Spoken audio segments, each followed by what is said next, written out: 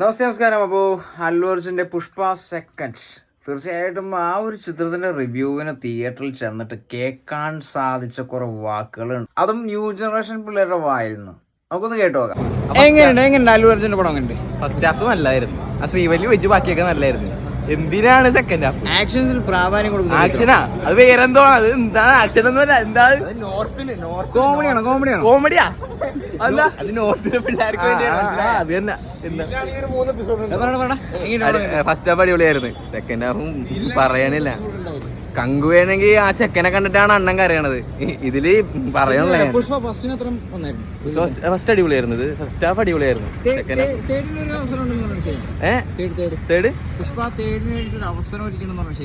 അവസരം പറയാനുള്ള.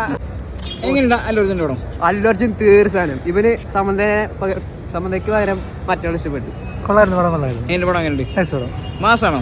മാസൊന്നുമില്ല, സാധാരണ പടം കാണുന്നവരാണ്. ഫുൾ എന്റർടൈൻമെന്റ് ആണോ പടം? എന്റർടൈൻമെന്റ് അല്ല, നമുക്ക് ഡപ്പിങ്ങിന്റെ ആണെന്ന് തോന്നുന്നു. ചിരിക്കാൻ കുറെ ഉണ്ട്. പുഷ്പ ഫസ്റ്റിന് അത്രയും ആ ഒരു റേഞ്ച് അത്ര ഒന്നുമില്ല. ഹൈപ്പ് ഒന്നും വെറുതെ ഹൈപ്പ് അത്ര നല്ല പടം. പുഷ്പ തേടിന് വേണ്ടി ഒരു അവസരം ഉണ്ടെന്ന് പറഞ്ഞാൽ ശരിയാണോ? ആ തേടി വരുന്നുണ്ടെന്ന് പറയുന്നത് കൊള്ളാം, കുഴപ്പമില്ല, കാണാം. ശരി, പടം കുഴപ്പമില്ല. എങ്ങനെയുണ്ട് അല്ലു അർജുൻ്റെ അഭിനയം? കുഴപ്പമില്ല, ഇഷ്ടപ്പെട്ടായിരുന്നു? ഫുൾ എന്റർടൈൻമെന്റ് ആണോ? എന്റർടൈൻമെന്റ് സാധാരണ തെലുങ്ക് പടം പോലെ.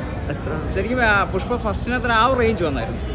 ഒരേപോലെ സെയിം ലെവൽ അതേപോലെയൊക്കെ തന്നെ ഉണ്ടായി. അല്ലു അർജുൻ്റെ ആക്ഷൻസ് ഒക്കെ എങ്ങനെയുണ്ട്? പൊളി പൊളി പൊളി. എന്തായാലും പുഷ്പ തേടിന് വേണ്ടി കട്ട വെയിറ്റിംഗ് ആണ്. എത്ര വെയിറ്റിംഗ് ഒന്നുമില്ല, ഇറങ്ങിയാൽ കാണും, അത്രേ ഉള്ളൂ. ഫുൾ എന്റർടൈൻമെന്റ് ആയിരുന്നു. എന്റർടൈൻമെന്റ്. അപ്പോൾ അങ്ങനെ ഇരിക്കുമ്പോൾ കാക്കനാട് പുഷ്പയുടെ ഷൂട്ട് ഉണ്ടെന്ന് പറഞ്ഞ് കുറച്ച് മലയാളികൾ ഈ ഒരു ചിത്രത്തിൽ തലയൊന്ന് കാണിച്ചിട്ടുണ്ട്. ആ തല കാണിച്ച കുറച്ച് കൂട്ടുകാരെ നമുക്ക് ക്യാമറയ്ക്ക് മുൻപിൽ വന്ന് പെട്ടപ്പോൾ അവർ പറഞ്ഞൊരു കാര്യമുണ്ട്, അത് നമുക്ക് ശ്രദ്ധിച്ചേക്കാം.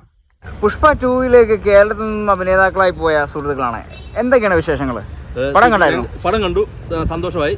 പിന്നെ അതുപോലെ ഞങ്ങൾ ഇത്രയും പേരും 15 ദിവസം കാക്കനാട് അവിടെ പോയി അഭിനയിച്ച ആൾക്കാരാണ്. ഇതിനകത്ത് ഇൻസ്പെക്ടർ അഭിനയിച്ചിട്ടുണ്ട്, പോലീസായിട്ട് അഭിനയിച്ച ആൾക്കാരുണ്ട്. ഞങ്ങൾ 9 പേരാണ് അല്ലേ? 9 പേരാണ് കേരളത്തിൽ നിന്ന് അഭിനയിക്കാൻ പോയിരുന്നത്. ശരിക്കും ഫുൾ എൻജോയ് ചെയ്തോ ഷൂട്ടിംഗ് ഒക്കെ? കുഴപ്പമില്ല, എൻജോയ്, നല്ല അടിപൊളി ലൊക്കേഷൻ ആയിരുന്നു.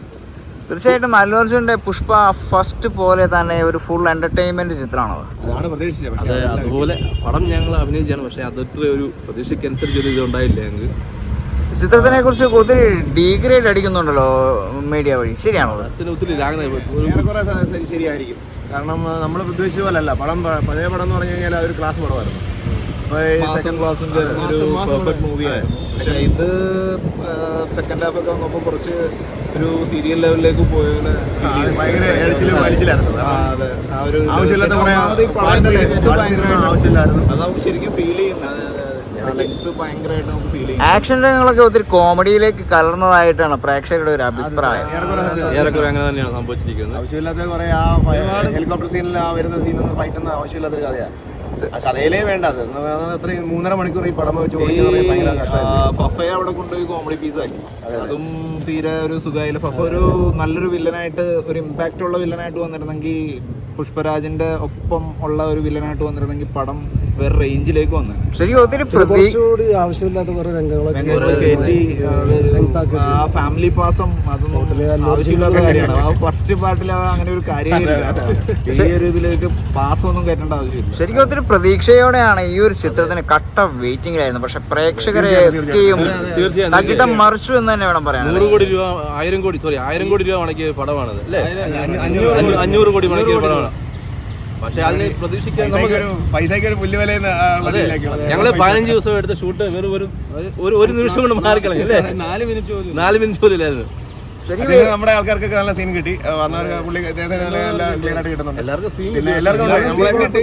പിന്നെ നമ്മൾ ഉദ്ദേശിച്ച ലെവലിലേക്ക് പടം വന്നു. 3 കുറച്ചും കൂടെ ബെറ്റർ ആക്കി കൊള്ളാം. കാരണം ഇതിനകത്ത് കുറച്ച് നല്ല നല്ല സീൻസുകൾ അവർ സച്ചിൻ സൗരവൊക്കെ അതിനകത്ത് കൊല്ലുന്ന ഒരു സീനൊക്കെ ഉണ്ട്. നമ്മുടെ ട്രെയിലറിനകത്ത് തന്നെ അത് കാണിക്കുന്നുണ്ട്. ആ സീൻസ് ഒന്നും ഇതിനകത്ത് വന്നിട്ടില്ല. അതൊക്കെ ഞങ്ങൾ ആ സീൻസിനൊക്കെ ഞങ്ങളൊക്കെ പക്കായിട്ട് ഡയലോഗ്സ് ആയതുകൊണ്ട് അത് പ്രതീക്ഷിച്ച് വന്നാണ്. പക്ഷേ 3-ലാന്ന് പ്രതീക്ഷിക്കാം. ഏതൊരു തലത്തിലുള്ള പ്രേക്ഷകരും ഒരേപോലെ സ്വീകരിക്കുന്ന ഒരു നടനാണ് അല്ലു അർജുൻ. അതിനൊരു പ്രാധാന്യം എന്താണ്? അദ്ദേഹത്തിന്റെ ഡാൻസ് ആണോ, ആക്ഷൻ ആണോ, അല്ലെങ്കിൽ അഭിനയമാണോ? ഏതാണ് പറയാൻ? ഡാൻസ് സൂപ്പറാണ്, അതുപോലെ അഭിനയമൊക്കെ ക്ലാസ് അഭിനയമായിരുന്നു. പക്ഷേ അതൊക്കെ പുള്ളിക്ക് റൊമാൻറ്റിക് ഹീറോ എന്നായിരുന്നു ആദ്യം അറിയപ്പെട്ടുകൊണ്ടിരുന്നത്. അതിൽ നിന്ന് മാറ്റം സംഭവിച്ചതാണ് ഈ പറഞ്ഞ പോലെ പുഷ്പ ഫസ്റ്റ് എന്ന് പറഞ്ഞാൽ നമ്മൾ പ്രതീക്ഷിക്കാത്തൊരു പടമായിരുന്നു. അല്ലു അർജുൻ്റെ എല്ലാം ഒരേപോലത്തെ പടമായിരുന്നു നേരത്തേക്ക്. പക്ഷേങ്കിൽ പുഷ്പ ഫസ്റ്റ് വന്നപ്പോഴത്തേക്ക് ആ റൊമാൻറ്റിക് ഹീറോയിൽ നിന്ന് മാറ്റം വന്നിട്ട് റൊമാൻറ്റിക് കൊണ്ട് പിന്നെ അതാണ് മാസും ഉണ്ടായിരുന്നു. അത് നല്ലൊരു സ്റ്റോറിയായിരുന്നു. അത് വന്നിട്ട് അതേപോലെ തന്നെ ആയിരിക്കും എന്ന് കരുതിയാണ് ഈ പടത്തിൽ വന്നത്. പക്ഷേ ഈ പടം അങ്ങനെ അല്ല, വളരെ ഓപ്പോസിറ്റാണ്. ശരിക്കും റൊമാൻറ്റിക് മാത്രമാണ് ഈ അല്ലു അർജുൻ എന്ന് പറയുന്ന ഈ ഒരു നടനെ സാധ്യമായിട്ടുള്ളൊരു അഭിനയ കഴിവ്. തമിഴ്നാടാണ് അല്ലു അർജുൻ എന്ന് പറഞ്ഞിട്ടുണ്ടെങ്കിൽ മലയാളികളും എക്സ്പെക്ട് ചെയ്യുന്നുള്ളൂ. പുള്ളി പോയി ഒരു പാട്ടും ഡാൻസും ഒരു ഓളം ഈ ആര്യ ബണ്ണി പോലുള്ള പടങ്ങളാണ് മലയാളികൾ എക്സ്പെക്ട് ചെയ്യുന്നുള്ളൂ. ശരിക്കും വിജയെ പോലെ തന്നെ അല്ലു അർജുനെ കയ്യിലെടുത്ത ഹൃദയത്തിലേറ്റിയ ഒരേ ഒരു സംസ്ഥാനമാണ് കേരളം. കേരളത്തിൽ മലയാളികൾക്ക് ഇതൊരു വലിയൊരു നഷ്ടം തന്നെയല്ലേ. അദ്ദേഹം ഡെഡിക്കേറ്റ് ചെയ്തിട്ടുണ്ട് ഒരു സോങ്ങിന്റെ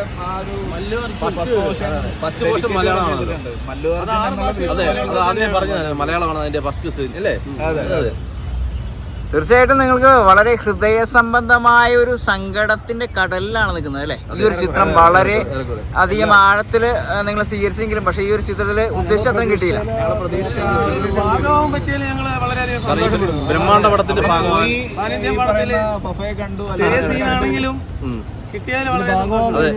ഈ ബ്രഹ്മാണ്ഡ പടത്തിൽ അഭിനയിക്കാൻ പറ്റിയ ഏറ്റവും വലിയ ഭാഗ്യമാണ്. ഇനിയും ഒത്തിരി അവസരങ്ങൾ കിട്ടട്ടെ എന്ന് പ്രാർത്ഥനയോടെ നമുക്ക് അവസാനിപ്പിക്കാം. നന്ദി.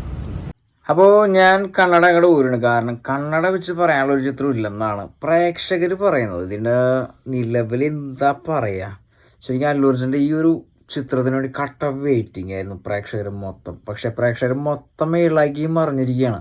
അതിനോടൊപ്പം തന്നെ ഈ മീഡിയകളിൽ ഡീഗ്രേഡ് അടിക്കുന്നതിനെ കുറിച്ച് മാഫിയാസും ഇറങ്ങി പുറപ്പെട്ടിട്ടുണ്ട്. നിങ്ങൾ തീർച്ചയായിട്ടും പോയി തിയേറ്ററിൽ പോയി കാണുക ഒരു ചിത്രം, അതിന് ശേഷം അഭിപ്രായം പറയുക.